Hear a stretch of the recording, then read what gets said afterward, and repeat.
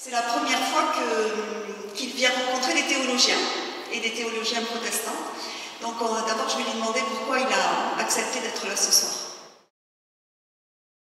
Alors effectivement, me trouver devant un public en partie de théologiens, c'est très intimidant pour moi, parce que je suis pas du tout un théologien.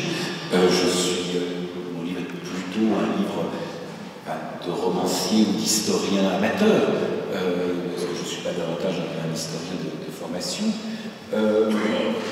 Non, il y avait cette invitation aussi à l'initiative de la réforme, pour laquelle j'ai la plus grande estime. Et puis il y a aussi le fait que ce soit une rencontre avec Marion, dont j'ai lu deux livres, et en particulier L'autre Dieu, qui est un livre qui m'a très fortement impressionné.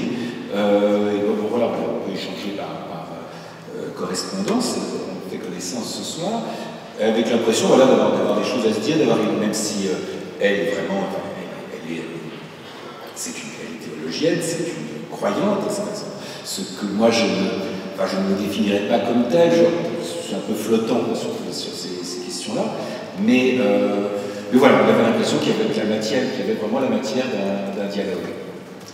Alors Marion, tu vas nous dire maintenant comment tu as reçu le royaume et ce que déjà tu avais envie de dire. C'est pas vraiment la théologienne en moi qui a été rencontrée par ce livre, c'est plutôt la chrétienne qui cherche, qui doute, qui questionne en permanence ce qu'est l'évangile, ce que ça peut signifier. Donc ce royaume est une bonne nouvelle, si je peux m'exprimer ainsi, déjà dans le sens où ce qui me tient à cœur dans mon travail d'écriture, c'est en fait de rendre un peu ces lettres de noblesse à l'évangile. Contrairement à vous, je suis moins clémente sur l'histoire de l'Église et sur ce que l'Église a pu faire de l'évangile. Moi, j'ai le sentiment qu'on avait un trésor avec ces textes-là.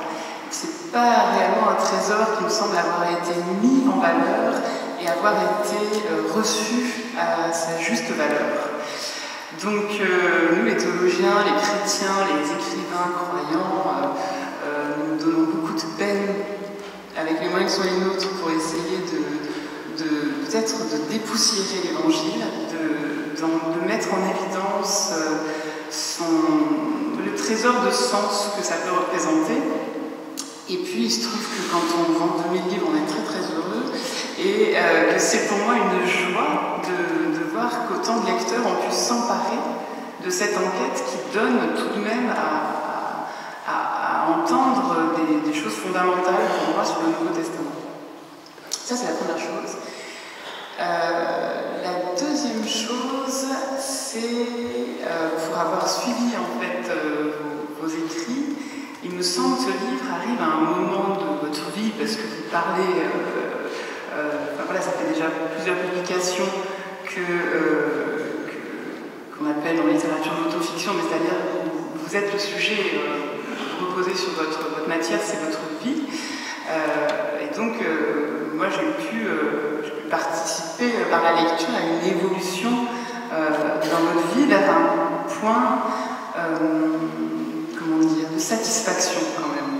C'est-à-dire que on vous a senti en recherche et vous écrivez sur des périodes de vie extrêmement difficiles, pénibles, et puis tout d'un coup vous arrivez à un moment de votre vie où les choses donnent l'impression de s'équilibrer en fin de compte.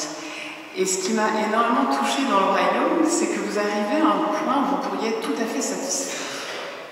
Vous pourriez être satisfait, vous pourriez être dans ce que j'appellerais de l'autosuffisance en fin de compte. Ça marche, ça marche affectivement, ça marche relationnellement, ça marche professionnellement pour vous.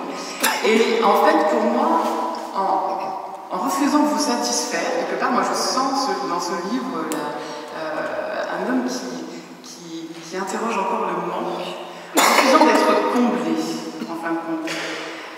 Pour moi, le refus d'être comblé, c'est déjà un acte de foi. C'est une définition en creux de la foi, c'est-à-dire interroger quelque chose, maintenir quelque chose du manque.